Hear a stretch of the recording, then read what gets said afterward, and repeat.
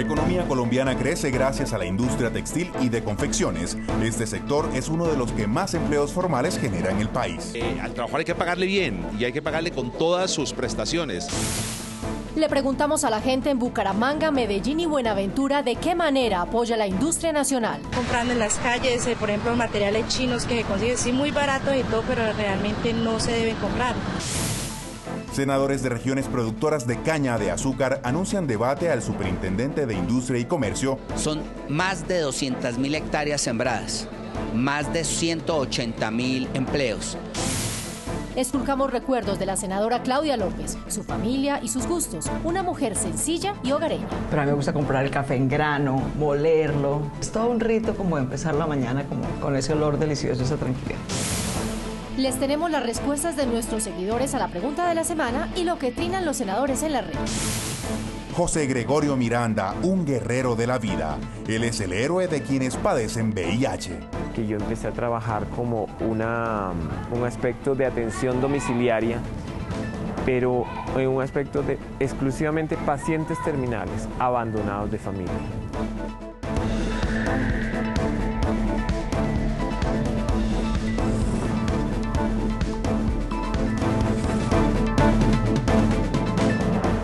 Bienvenidos.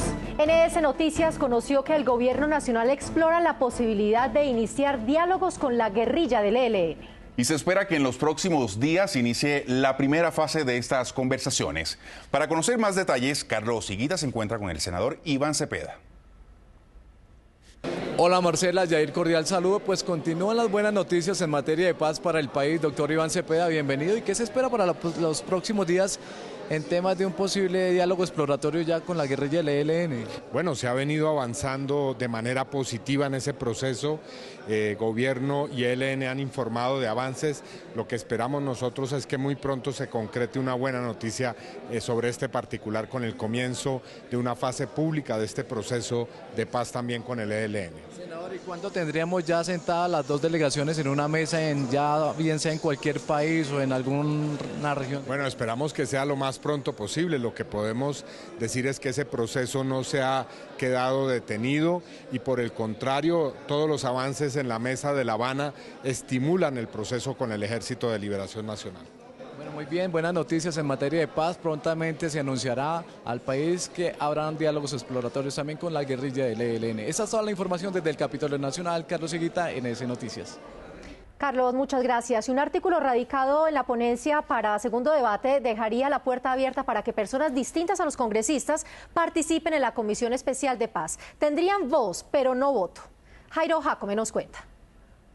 En la ponencia radicada que será debatida en segundo debate del Senado, se dotaría al presidente de la República de más herramientas para buscar la paz. Aquí se le otorga una facultad adicional al presidente de la República para que él pueda nombrar personas no congresistas para ser parte de la Comisión Legislativa Especial. En el artículo incluido en la ponencia no se precisa qué tipo de civiles estarán en la Comisión Especial. Sí, como está la ponencia no se dice, no se precisa exactamente, pero yo diría que si hay la firma del acuerdo de paz, se cumplen los compromisos de dejación de las armas, hay una desmovilización, esos miembros de estas guerrillas podrían hacer parte de esta comisión legislativa si el presidente de la República, en uso de esas facultades, los designa.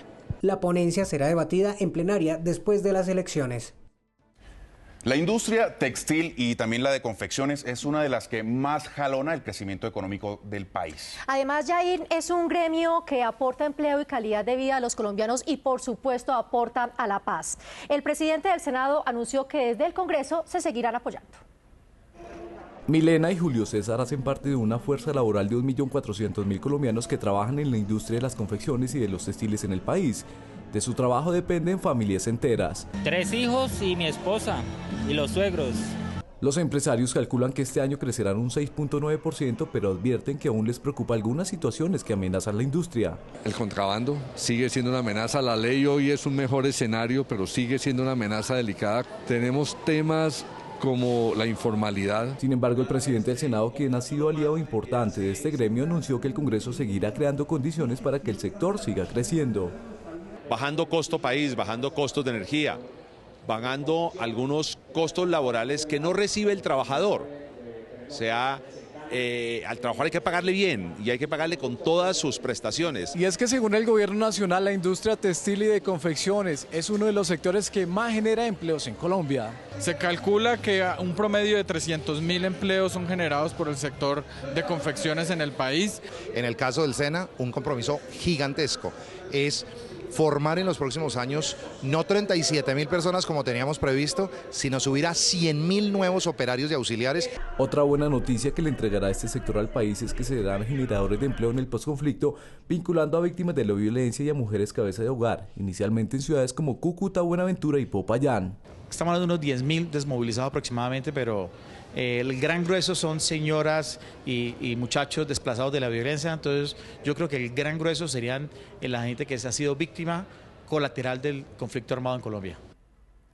Y a propósito de este tema, le preguntamos a los habitantes de Bucaramanga, Medellín y Buenaventura de qué forma ayudan a la industria nacional. Los habitantes de Bucaramanga aseguraron que para ellos es mejor comprar los productos hechos en Colombia. Comprando en las calles, por ejemplo, materiales chinos que se consiguen sí muy baratos y todo, pero realmente no se deben comprar. No trayendo contrabando. Como son las confecciones, el calzado, la bisutería, la línea esta de dulces, todo eso es para que nosotros mismos apoyemos las industrias. En el Valle del Cauca estas fueron las respuestas. Generando proyectos macro para que podamos retroalimentar la industria nacional. Comprando los CDs originales, es yendo a los espectáculos a hacer la cola y pagar la entrada. Finalmente los paisas mostraron su respaldo a la industria nacional. Artesanías, por ejemplo, cuando voy a supermercados busco primero lo colombiano. Comprar en mercados campesinos y es industria local totalmente. Los senadores de la bancada del Pacífico y de regiones como Risaralda se reunieron con representantes de Azocaña para analizar la situación que afronta la industria azucarera ante la multa impuesta a este gremio. La primera conclusión del encuentro es que fueron designados varios congresistas para que preparen un debate de control político sobre este tema y citen al superintendente de Industria y Comercio a la plenaria. Y en este caso en particular tenemos dudas sobre esa decisión que queremos absolver en un debate sereno, en donde presentaremos argumentos y recibiremos argumentos. Para los senadores del Valle, su mayor preocupación radica en que se pone en riesgo la supervivencia de empresas que generan empleo formal en una de las regiones de mayor conflictividad social del país. 48 municipios del Valle Geográfico del Río Cauca cultivan la caña de azúcar. Entre ellos, cerca de 20 municipios dependen en sus ingresos tributarios única y exclusivamente de lo que generan los ingenios azucareros. Son más de 200.000 hectáreas sembradas, más de 180.000 empleos, 48 municipios que están estrechamente vinculados a la industria del azúcar. Los senadores advirtieron que los 324.000 millones de pesos son una multa exagerada y que la industria azucarera tardaría casi 2 años y medio en recuperar esos activos. En 1907 comenzó la historia de la industria textil en Colombia con la creación de las primeras empresas de tejidos ubicadas en su mayoría en el departamento de Antioquia. El déficit financiero de los hospitales públicos en el país fue tema de discusión en la Comisión de Ordenamiento Territorial. La falta de saneamiento de la cartera de los hospitales es el problema más grave. Baja calidad de atención, la queja permanente por falta de médicos y especialistas es una constante. Y el espejo de esta crisis es en el Hospital Universitario del Valle, así lo asegura la senadora Susana Correa. Hoy no tienen ya cómo atender, no tienen camas, están fuliados precisamente por la crisis de la salud del Hospital Universitario. Y uno dice, ¿por qué los privados sí? Por su parte, el senador Martín Morales, citante a este debate, dice que es urgente una reforma integral al sistema de salud. Requerimos como nunca que se piense en una salud que se preste con eficacia. Con eficacia es que sea un buen servicio para todos los ciudadanos y sobre todo para aquellos de menos ingresos. Para Juan Carlos Giraldo, director de la Asociación Colombiana de Hospitales y Clínicas, la solución está en hacer un vuelco al sistema financiero. Que las EPS, como se conocen hoy en día, deben evolucionar, deben cambiar su papel y convertirse en unos administradores que ayuden, que colaboren en la coordinación, en la logística, en la auditoría, pero que no manejen los dineros de la salud. La Comisión de Ordenamiento nombrará una subcomisión para hacer seguimiento al sector en los diferentes entes territoriales. Precisamente Para Contar, nuestra directora Azucena Liévano habló con el senador Edinson Delgado sobre los avances en estas discusiones sobre el tema de salud.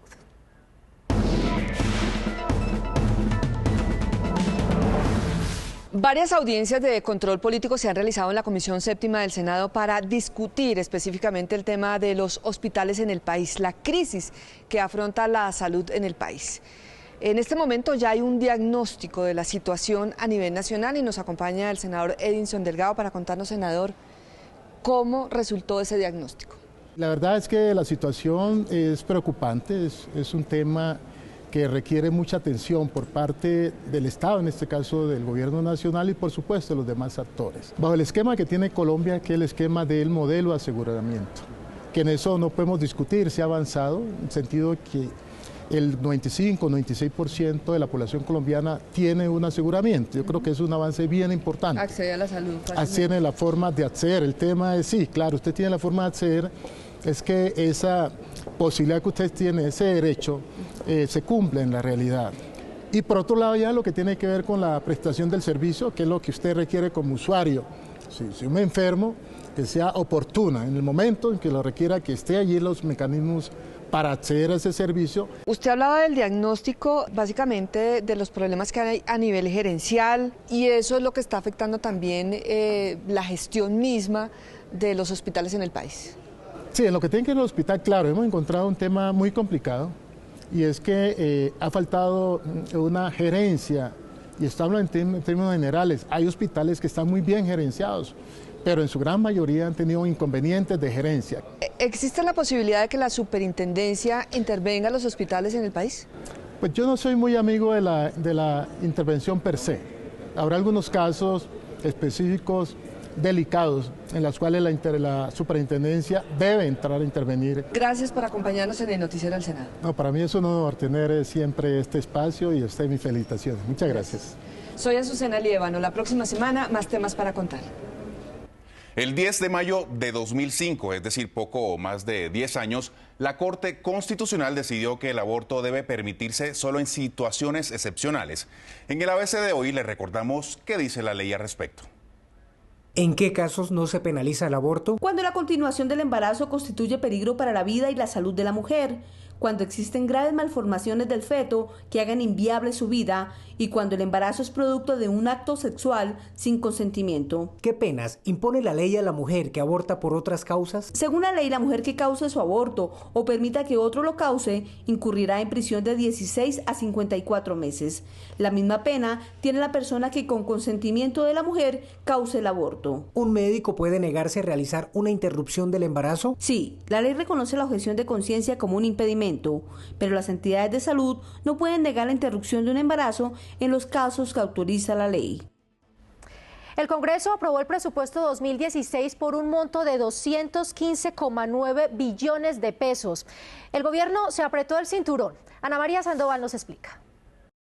Diseñado para afrontar el nuevo entorno económico de bajos precios internacionales del petróleo, el presupuesto general 2016 fue aprobado por la plenaria del Senado. Aforado en 216 billones de pesos, con una inversión de cerca de 45 billones. Naturalmente a uno le gustaría tener más frente a las necesidades del país, pero estamos consiguiendo más recursos de lo que teníamos previstos en el plan de desarrollo. El presupuesto incluye una drástica reducción de 2,4 billones de pesos en los gastos de funcionamiento del Estado, recursos que se destinarán a inversión estratégica en educación, agricultura, salud, ciencia y tecnología. Se han hecho unos ajustes muy importantes, disminuyendo los recursos para gastos de funcionamiento, disminuyendo los recursos para la atención de la deuda y aumentando la inversión en casi 3 billones de pesos. En el presupuesto se creó una reserva de 1 billón de pesos, cuya ejecución estará condicionada al cumplimiento de las metas del gobierno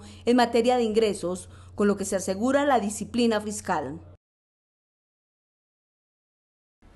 Por orden del presidente del Senado, las vallas que protegían la entrada al Capitolio Nacional fueron ya retiradas por la policía. Y esto es como señal de que el Congreso es de puertas abiertas para todos. Los más complacidos con esta decisión fueron los ciudadanos, quienes ahora ven a su Congreso más cerca. A mí me parece importante que el Senado quede despejado. Esas vallas se pueden utilizar solamente cuando haya manifestaciones. Pero me parece bueno poder acercarse uno más allá a mirar A ver si pronto saludamos a Santos. Para el coronel Julio González, la medida acerca el poder legislativo con los colombianos y prepara a las instituciones en su transición hacia la paz.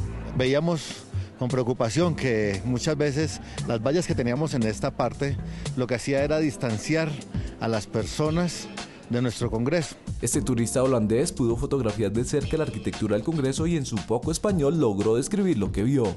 El más bonito, la entrada al Congreso ahora, sí, es muy bellísimo, muy linda, sí. La presidenta de Brasil, Dilma Rousseff, hizo una visita oficial al Congreso de la República. Ella y su delegación fueron recibidos por el presidente del Congreso, Luis Fernando Velasco. Durante el encuentro, la mandataria reafirmó su apoyo al proceso de paz en Colombia y al fortalecimiento de las relaciones comerciales entre ambos países. El senador Velasco le obsequió a la presidenta esta paloma de la paz. Y de otro lado, la Comisión de Ética radicó ante la Secretaría General del Senado un nuevo código de ética del congresista. Erika Plazas nos cuenta. El proyecto de ley constituye el marco normativo de la responsabilidad ética y disciplinaria que deben tener los miembros del Congreso. Donde se define cómo debe ser el comportamiento ético de los congresistas en ejercicio de su función congresional. Este código contiene una serie de normas que, de no ser cumplidas, el congresista sería acreedor de amonestaciones, multas y hasta una posible suspensión de su función congresional durante 6 meses. Desde agredir verbalmente a otro colega o llegar borracho o cosas más graves como recibir dinero por hacer trámite de un proyecto de ley o algún tipo de beneficio personal. Además, el presidente de la comisión aseguró que se busca que este proyecto de ley sea aprobado en el Senado antes del 16 de diciembre. Para que la Comisión de Ética tenga dientes para poder sancionar a congresistas que sobrepasen los límites. En la década de los 80 sobresalieron los planes económicos y políticos para el sector textilero durante el gobierno de Belisario Betancur y Virgilio Barco, quienes centraron sus políticas en la economía mundial. Veamos a continuación más temas de la actividad del Senado.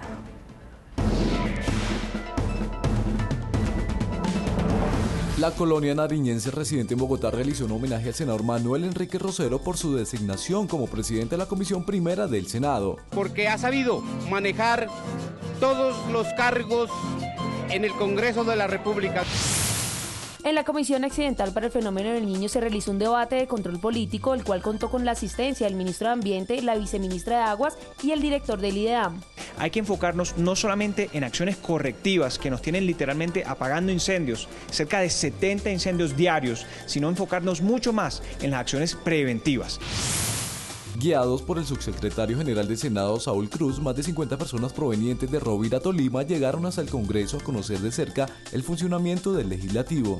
Agradecerle al subsecretario del Senado, el doctor Saúl Cruz, que es paisano, es rovirense como yo, como mis amigos aquí presentes.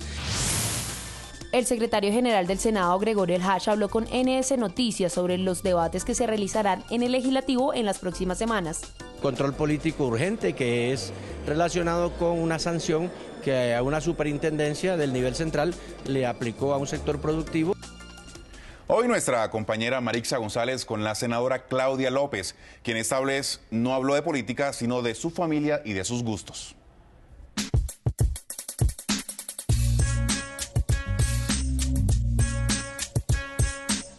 La senadora Claudia López quiso ser médica, sin embargo las circunstancias no se lo permitieron.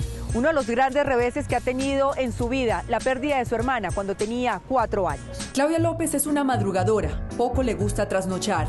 Lo primero que hace cuando se levanta es hacer su café. La verdad es que si no me tomo un café no me funciona el cerebro, pero a mí me gusta comprar el café en grano, molerlo. Es todo un rito como empezar la mañana como con ese olor delicioso, esa tranquilidad. La senadora Claudia nos contó que sus padres se separaron cuando estaba muy pequeña y se unió mucho a su mamá cuando murió su hermanita de 3 años. Eso es un choque emocional que no te supera nada en la vida, o sea, nada. Mi hermanita se llamaba Marta y las dos estábamos jugando en una azotea. Ella se cayó, pero quedó perfectamente consciente y bueno, y se fue al hospital y ya se murió en el hospital porque tuvo un trauma cerebral insuperable. Sin embargo, ella se siente bendecida. Sus padres rehicieron sus vidas y tiene 6 hermanos, la menor 4 meses. Yo adoro a mis papás, pero digamos en el top 1 están mis hermanos porque son divinos, porque además son les llevo al más chiquito 10, a la otra 18, a la última 45 años, es un bebé. Ejerció varios cargos públicos antes de ser senadora. Fui directora de Acción Comunal, fui alcaldesa local de Santa Fe. Después trabajé con Naciones Unidas muchos años, no solo en Colombia, sino en toda América Latina, trabajando en fortalecimiento de gobiernos locales. Su vida le dio un cambio radical cuando se interesó por el proceso de la parapolítica. Un día prendí el televisor y vi a los paramilitares en el Congreso. ¿Qué hacen estos tipos aquí? Terminé haciendo la investigación de la parapolítica, digamos, descubriendo los vínculos de cómo los paras habían ayudado a elegir al 40% del Congreso y a su vez el Congreso pues le devolvía el favor dándoles una ley de impunidad básicamente. Aquí hay 3 años de mi vida. 3 años dedicados a una investigación sobre tratando de entender cómo funciona la farpolítica, cómo funciona la helenopolítica y cómo funciona la parapolítica. Se fue a estudiar a Chicago, un doctorado en ciencias políticas. Cuando regresó, le ofrecieron lanzarse como senadora. Debe ser muy difícil elegirse, pero pues yo no tengo nada que perder. Si me elijo, pues tendré un sitio muy privilegiado como el Congreso para influir. Y si no me elijo, pues igual influiré como investigadora y como periodista, como lo hacía antes, digamos, no pasa nada. Nos mostró su sitio preferido cuando necesita relajarse. Si yo llego aquí, ni siquiera prendo la luz cuando entro. Puesto un ratito y trato como de desconectarme antes de acostarme. María del Carmen, su mamá, nos habló de su hija y lo que significó para ella enterarse de la inclinación sexual de Claudia. Con unos ideales claros, pero por encima de cualquier otra cosa, un excelente ser humano. Ha sido un tema difícil. Hoy procuro mirarlo como algo de la parte de la vida de mi hija que para ella es importante. Y en cuanto a Angélica, una bendición de niña, un ser maravilloso. La senadora Claudia López es una mujer con objetivos claros, amante de la vida y del amor. A continuación, la respuesta de nuestros seguidores a la pregunta de la semana y lo que trinan los senadores en la red con Alexandra Guerrero. A la pregunta, con los avances de La Habana, ¿cree usted que hay una mejor percepción sobre la paz? Estas fueron las respuestas de nuestros seguidores. @Nelson E. Moreno. Claro, de hecho, el apoyo de sectores políticos de la comunidad internacional fortalecen el proceso ciudadano en su favor. Y ahora en Facebook, Alirio Fernández Bernal nos escribió: la paz no está en Cuba, sino en el corazón de cada colombiano, y cuando se acabe la corrupción, en los de cuello blanco, que los metan a las cárceles como meten a los que se roban una cajita de Nor por necesidad. Participe en el sondeo semanal. ¿De qué manera apoya usted la industria nacional? Envíe sus respuestas con el hashtag NS Noticias. Hoy desde la Casa Museo Francisco José de Caldas vamos con lo que trinan los senadores en las redes sociales. @Juan Manuel Galán. El estigma que sufren los adictos, uno de los principales obstáculos para entrar a tratamiento. @Nadia Ablel. No queremos sumar más números a los 107.000 que mueren en el mundo anualmente. Seguimos en la lucha por hashtag Colombia libre de asbesto. @Jimmy Chamorro. 75% de terreno se ha despejado en el Orejón después de 4 meses, hashtag desminado, acordado en Cuba. Se estima que terminará en diciembre. @Senador Aguilar. Para una verdadera reconciliación es necesario que los colombianos conozcamos los acuerdos, hashtag proceso de paz que vamos a refrendar. Y vamos a ver lo que trina el presidente del Senado, @Velasco Luis F. Reforma arancelaria a favor de confeccionistas reactivó sector y hoy es gran generador de empleo en el país. @CC Confección, @Noticiero Senado. Un guerrero de la vida, eso es José Gregorio Miranda, un hombre que lleva 25 años batallando con el VIH. Esta es la gente que construye país.